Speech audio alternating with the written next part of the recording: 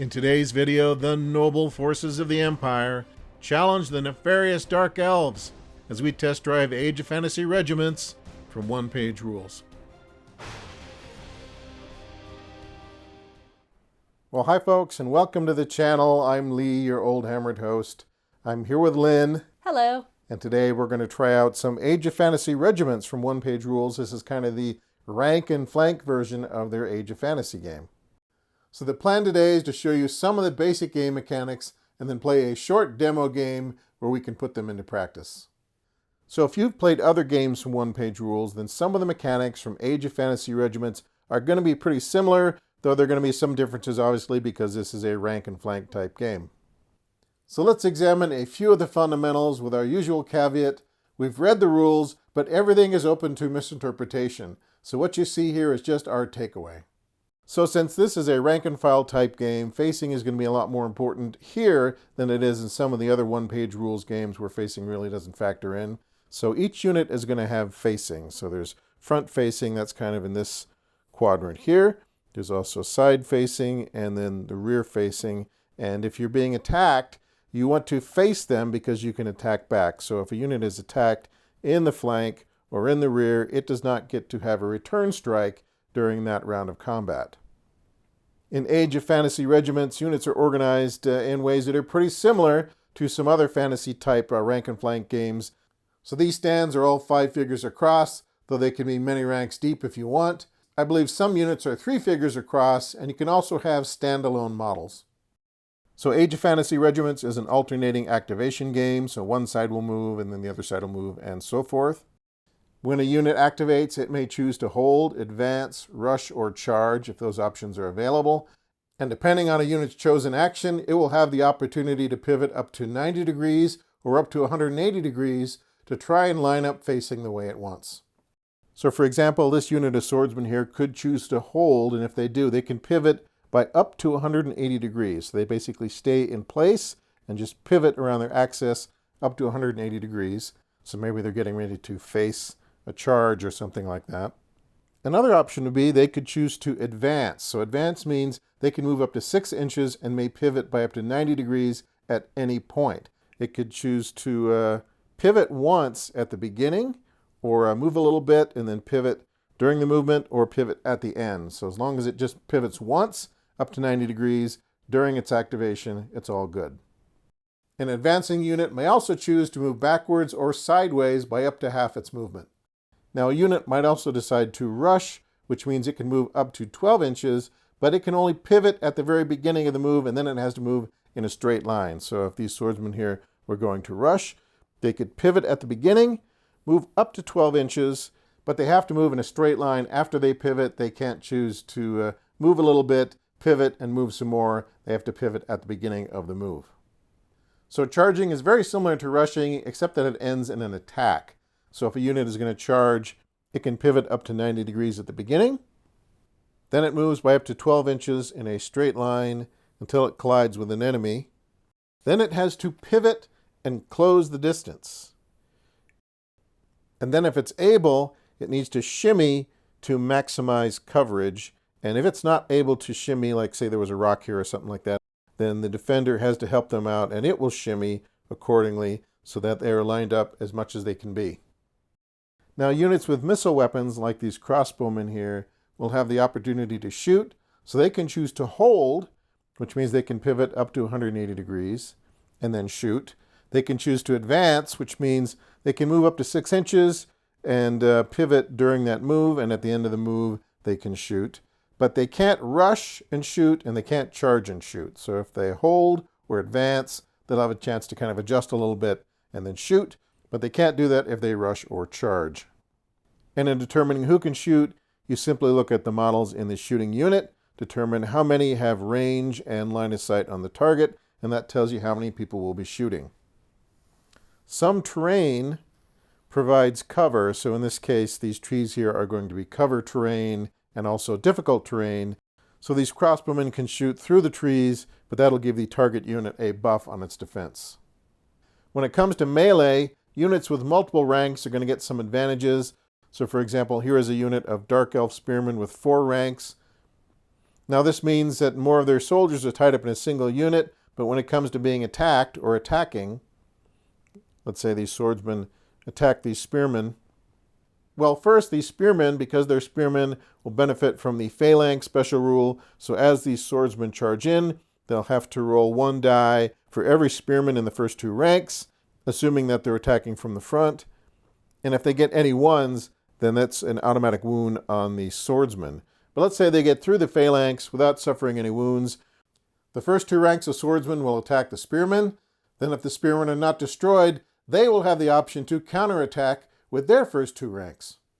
Let's say that each unit causes 1 casualty. Well, when you tally up all the wounds and such to determine who won the combat, you also add up the full ranks. So let's say that these guys now have 1 full rank and the elves have now 3 full ranks. Well, the swordsmen have 1 rank and caused 1 wound, and the dark elves have 3 ranks and also caused 1 wound, so they win the combat. So after the attack, assuming no one is destroyed, the attacking unit will back up 1 inch. Both units will become fatigued, which means if they attack again anytime before the end of the round, they're only going to be successful on a roll of 6. So they can still fight, they can still defend, but their attacking rolls are only going to be successful on a 6. So that's where strategy and sequencing may come into play, because if you have a powerful unit, you may want to attack it first, and then it has to decide whether it wants to counterattack and become fatigued, which would make it weaker if it chooses to attack later in the round. Fortunately for missile troops, shooting crossbows and bows and artillery and such does not make them fatigued. However, they would get fatigued if they had to fight in hand-to-hand. So if they shot early in the round and then got charged and had to fight, then they could become fatigued, which would reduce their ability to fight in melee later in the round. So we'll cover a lot of the other rules as we go, but one thing that's going to come up quite often is morale. So if a unit is attacked, for example, and loses combat, it's going to need to make a morale check. If it fails that morale check, if it has more than 50% of its original models remaining, it will become wavering, which means it will need to recover on its next activation. If it has 50% or less of its original models and it fails that morale check, it will rout, which means they just scatter. So they will be off the board. So you do not want to rout. So that's some of the basics anyway. Other things are going to come up and we'll explain those as we go. But for now, let's take a look at the forces we're going to use in today's demo game as we try out Age of Fantasy Regiments from one-page rules. Okay, for today's demo, this is going to be a 625-point game. I think a small game is kind of considered 750 points, so this is very small, but that's okay because our table is a little bit small. Normally this is more of a 6x4 game and we're playing it on a 3x3, so it should be short and bloody. So we rolled randomly and I'm going to be playing the Dark Elves. So here we have a Dark Elf bolt thrower which has a range of about 30 inches. These Dark Elf crossbowmen here have a range of 18, but they get 2 shots apiece. Here is a unit of 20 Dark Elf spearmen with phalanx. Here is the Dark Elf commander on a raptor. You can embed your leaders with other units, but we're not doing that today, though that does give those units a morale buff. And then finally, here is a unit of swordsmen. We didn't have enough Dark Elf swordsmen to flesh it out, so they have hired some regular elf mercenaries to go into battle with them. Here are the human forces, and there's more of them. I think they have 6 units compared to the elves' 5. Here is a unit of longbowmen. They have a 30-inch range, but they're not as accurate as the Dark Elf crossbowmen. Here is a unit of lowly militia. These are the locals here who have come out to help fight the Dark Elves. And they're not very good fighters, but they do have scout, so they will be able to deploy last and forward deploy. And then here is the army commander with a great weapon. It's really great. Here is a unit of great swords, a unit of knightly knights, and a unit of infantry with spears, which means they have the phalanx special rule as well, though there are not as many of them as there are Dark Elf spearmen on the other side of the board. Okay, so that is a look at today's teams. Now we're going to take a moment off camera to set them up, and then we'll try out some Age of Fantasy Regiments from one-page rules. So this will be learn as you go. We will try to fine-tune our understanding of the rules as we play the game, and hopefully share that with you, and you can maybe get a sense for how it all plays. Okay, we've already rolled for initiative, and the Dark Elves will be activating first. Whichever team activates last on a given round cannot activate first on the next round, so that's how initiative will be determined moving forward. Okay, so the Dark Elves are activating. We'll just see how this goes. So I think the bolt thrower is going to pivot slightly and throw some bolts at the Knightly Knights. So the Knights are targeted by long-range Dark Elf artillery. So 6 attacks, AP 1. I'll re-roll this 1 die on top here. 4 sixes. So 4 hits, AP 1 on the Knights. With the AP 1, the Knights defend on a 5+. The Knights block 3 hits, but one of them still dies. That's okay. They still got 4 left. So for Lynn's activation, the Longbowmen are going to shoot the Elf Crossbowmen, who never hurt anybody. Now they're getting shot with all these arrows. So 10 shots from the Longbowmen. Hit on a 5+. Hit on a 5+. That's the rule. If they're on top, we roll them. There's more dice rolling in this game because there's more units. 3 hits. 3 hits from the Longbowmen. Defending on a 5+. 2 crossbowmen are killed. That's horrible. So they're not quite at 50% losses yet, but if they take one more hit, they'll need to take a morale check. What are we going to do, Dark Elves? It would be tempting to try to move the crossbowmen up and shoot while they're still alive, but even if they move their 6, they're not in range to shoot. So instead, I think the Dark Elf Spearmen are going to move up their full 12 and try to get the party started. So they'll move up. Maybe not their full 12. They're going to use these trees to their advantage. So they'll kind of move up that way and hope that the trees can help them prevent being flanked. So that is the Dark Elf Spearmen moving up. Okay, Lynn, what are the humans going to do? My champion is going to move up 4. So the champion is going to pivot and move. He can move up to 16 on his horse, I think. It's going to move up to there. Okay, next this unit of Dark Elf Swordsmen are going to move up their full 12. So a normal game of Age of Fantasy Regiments would have objectives and things, but we're just doing a border dispute, so it's more search and destroy. So on the human side, who's moving? The elite swordsmen are going to move up. Okay, so the elite swordsman advanced 3. Okay, next the Dark Elf champion is going to stride forward. Not his full movement, but he's going to move up somewhat.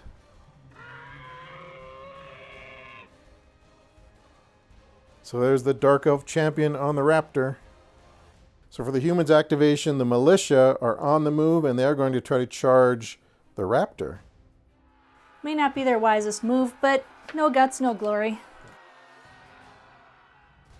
So they've made contact with the raptor. They need to kind of level out and fill up the gap and maximize contact. In some games, they would kind of look at the number of soldiers in contact with the base of the enemy and determine how many could attack. I haven't seen anything like that in the rules, so I guess we'll just assume the first rank can attack. If I'm wrong about that, leave a comment. 5 militiamen, 2 attacks each, hitting on a 5+, right? Yeah. What'd you get? 3 hits. 3 hits. Not great, but we'll take it. Champion defends on a 4+ because of the raptor. And takes 3 wounds. Wow. Good fighting, militiamen. So we were getting ready to roll on the wound chart, but there is no wound chart in this game. The champion and the raptor take 3 wounds, and they are killed, so they are removed from play. So the militia took out the Dark Elf champion. So in some games, when you lose your commander, you have to take a morale check, but I don't think it's the case in this game. At least I wasn't able to find it. So the crossbowmen are going to activate, and they're going to take a horrible revenge on these militia guys that slew the commander. So 6 shots from their crossbows with rending.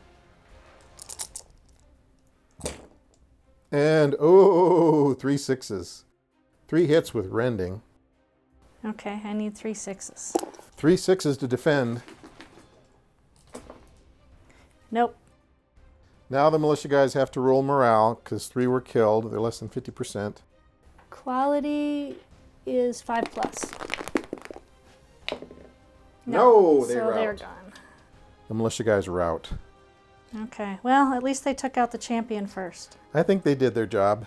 I think so. They killed the commander on the raptor, and then they got shot to pieces by barbed crossbow bolts. So I've activated all the Dark Elves, but the humans still have 2 units to activate. So we have this unit of knights right here, and a unit of infantry with spears right over here. Okay, these guys are just going to move sideways. They can move 3, right? The knights are going to shuffle. Huh? So the knights are doing the knightly shuffle. And then your infantry spearmen Are going to do the same thing. okay, shuffle their way to victory. And that is the end of round 1. Yeah, so in round 1, 5 militiamen and 1 knight were killed on the human side, and 1 commander and 2 crossbowmen were killed on the Dark Elf side. So, since the knights activated last on the last turn, now the Dark Elves are going to activate on this turn. This unit of Dark Elf swordsmen are going to rush forward and charge your commander. So it's a fearsome battle, 1 mounted commander versus 10 swordsmen. And again, I'm not sure if we're doing that exactly right, but until I get clarity otherwise, we'll just keep playing it that way. Quality of 4+, so 10 attacks, quality of 4+. Oh, those were good ones. I have to re-roll them, though. This is a pretty good roll so far. That's not looking so good for the commander. 6 hits on the commander. Defensive 4+. The commander blocks 4 hits, which is amazing, but the other 2 hits go through. So the commander takes 2 wounds. He's attacking back. The swordsmen are fatigued. 3 attacks on a 4+. All hits, and they're AP 3.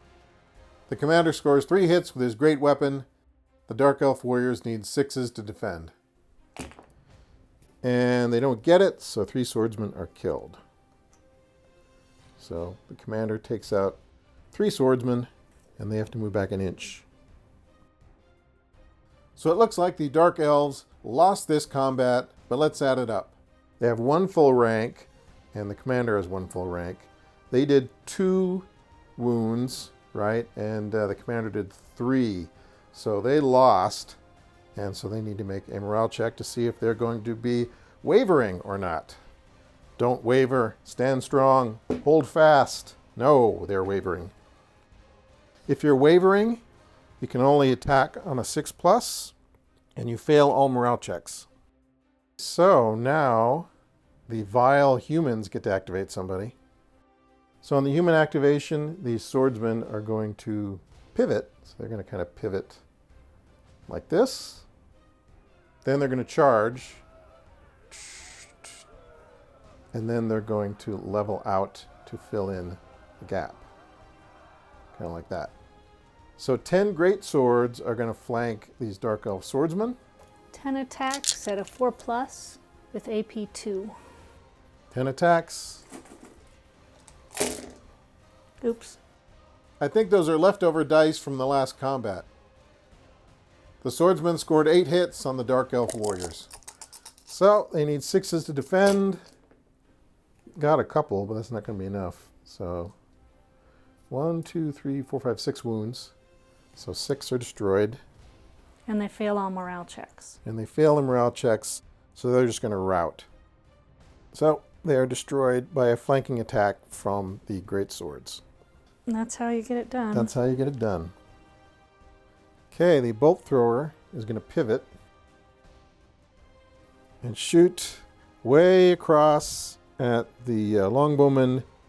They are in range, and to take advantage of cover, you have to have the majority of your unit in cover, and you do not. So they're just going to get the full volley of bolts, of explosive Dark Elf bolts. So 6 attacks, AP1 on the longbowmen.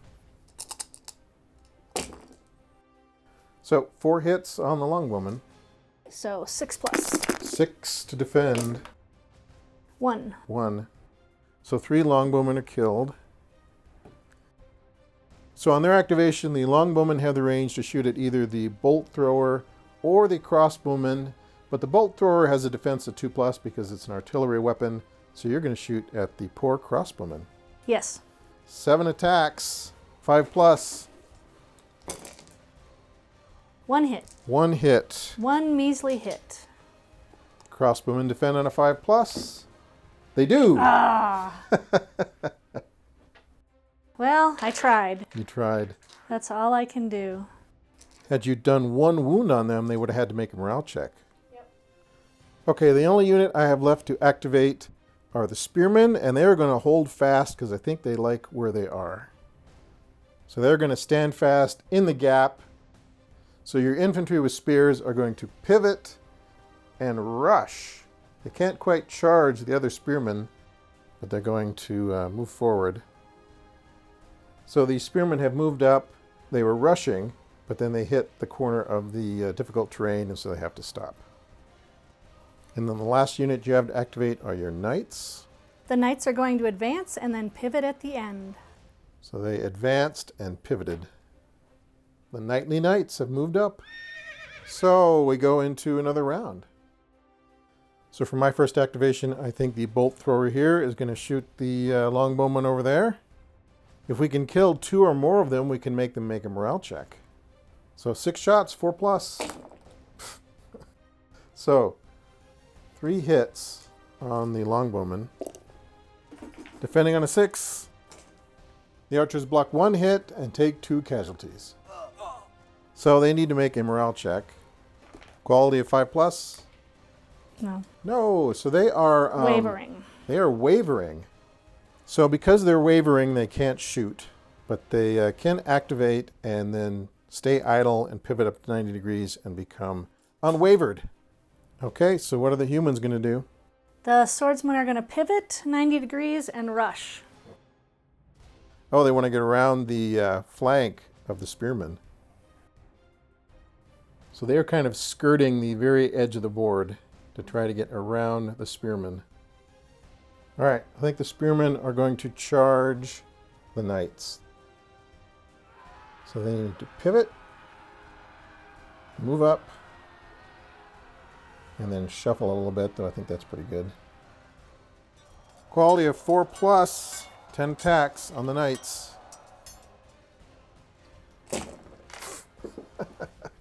I got aggressive. Not looking good for the knights. What do they hit on a 5+? 4+. So that is 6 hits on the knights. Defending on a 4+. They only block 3. So 3 knights are dead. Okay, so I have to do a morale check. Quality of 4+. I rolled a 3, so they are routed. So the dark elves rout the knightly knights. Are the humans going to counterattack that spearman formation? Not yet. Champion is going to rush up. The human commander is rushing up behind the great swords, presumably to provide moral support. So the last unit the elves have to activate is this unit of crossbowmen. And they are going to kind of pivot and rush. So they're going to rush way over this way. And since they rushed, they cannot shoot this turn. Now, who's left for the humans? You have some spearmen, right? So the human spearmen are the final unit left to activate, and what are they going to do? So they are going to pivot and charge your spearmen. In the flank. Okay. And then they straighten out a little bit.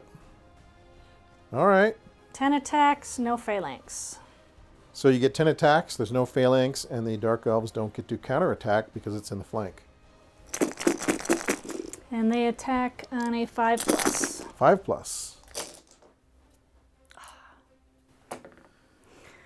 4. 4 hits 4 hits. on the dark elves. Defending on a 5+.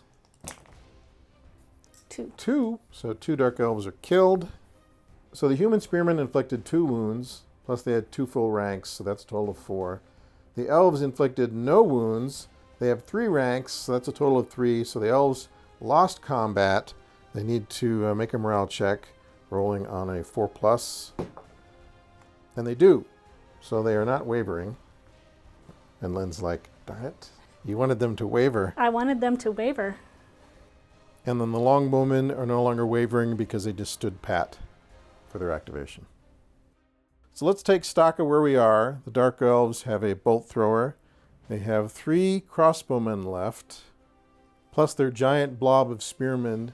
The humans have some spearmen here, some great swords over here, and their commander is still alive, but he has 2 wounds. And then here is a half-strength unit of longbowmen. Okay, heading into round 4, and the casualties are mounting on both sides. Who will ultimately prevail? So for our first activation, we're going to use the bolt thrower, and we're going to shoot at those pesky longbowmen again. So 6 shots, hitting on a 4+. Looks like that's 3 hits on the longbowman, defending on a 6. 3 hits on the longbowman. 3 are killed, and need to make morale check, and they rout. So the longbowmen are below 50%. They fail their morale check, and they rout. Okay, humans, what are you going to do? We're going to attack from the flank. Spearmen attacking spearmen. 10 spears, attacking on a 5+. It's not very good. 1. You got 1, wow. Well, it's better than none, I guess. Better than none. Defending on a 4+. 3, so 1 spearman is killed, so you back up 1 inch. The humans have 2 full ranks and have caused 1 casualty. The dark elves have 3 full ranks, so the combat is a draw. So, the dark elves are going to pivot 90 degrees, or something like that, and charge. And I got to roll for phalanx, so that's 10 rolls. Any 1s are a wound. 2 already. 2 wounds. So 2 more spearmen are killed. So 10 spears attacking. Too many dice for the cup. So the dark elves hit on a 4+. 6 hits, that's pretty good. Humans defend on a 5+. 2. The human spearmen block 2 hits, but 4 of them are killed. Okay, so dark elves attack the human spearmen, killed 4. Human spearmen are fatigued, but they're attacking back anyway on a 6. So 6 attacks on a 6+. Nothing. No hits. Dark elves back up, and the humans make a morale check, see if they're wavering, and they are. They're wavering. So that was the dark elves. And now the humans get to activate. So the commander is going to pivot up to 90 degrees. That still takes him within an arc to charge the spearmen in the rear. All right, so he gets, what, 3 attacks? 3 attacks. 3 attacks on a 4+. 2 hits. 2 hits. AP3. AP3. So the spearmen need a 6 to defend. 2 6s. That's redonkulous. Sorry about that. Back up 1 inch. They can't attack back. And let's see. So now the elves. So I think the crossbowmen are going to pivot just a little bit and shoot at the spearmen. So it's 6 shots on the spearmen here.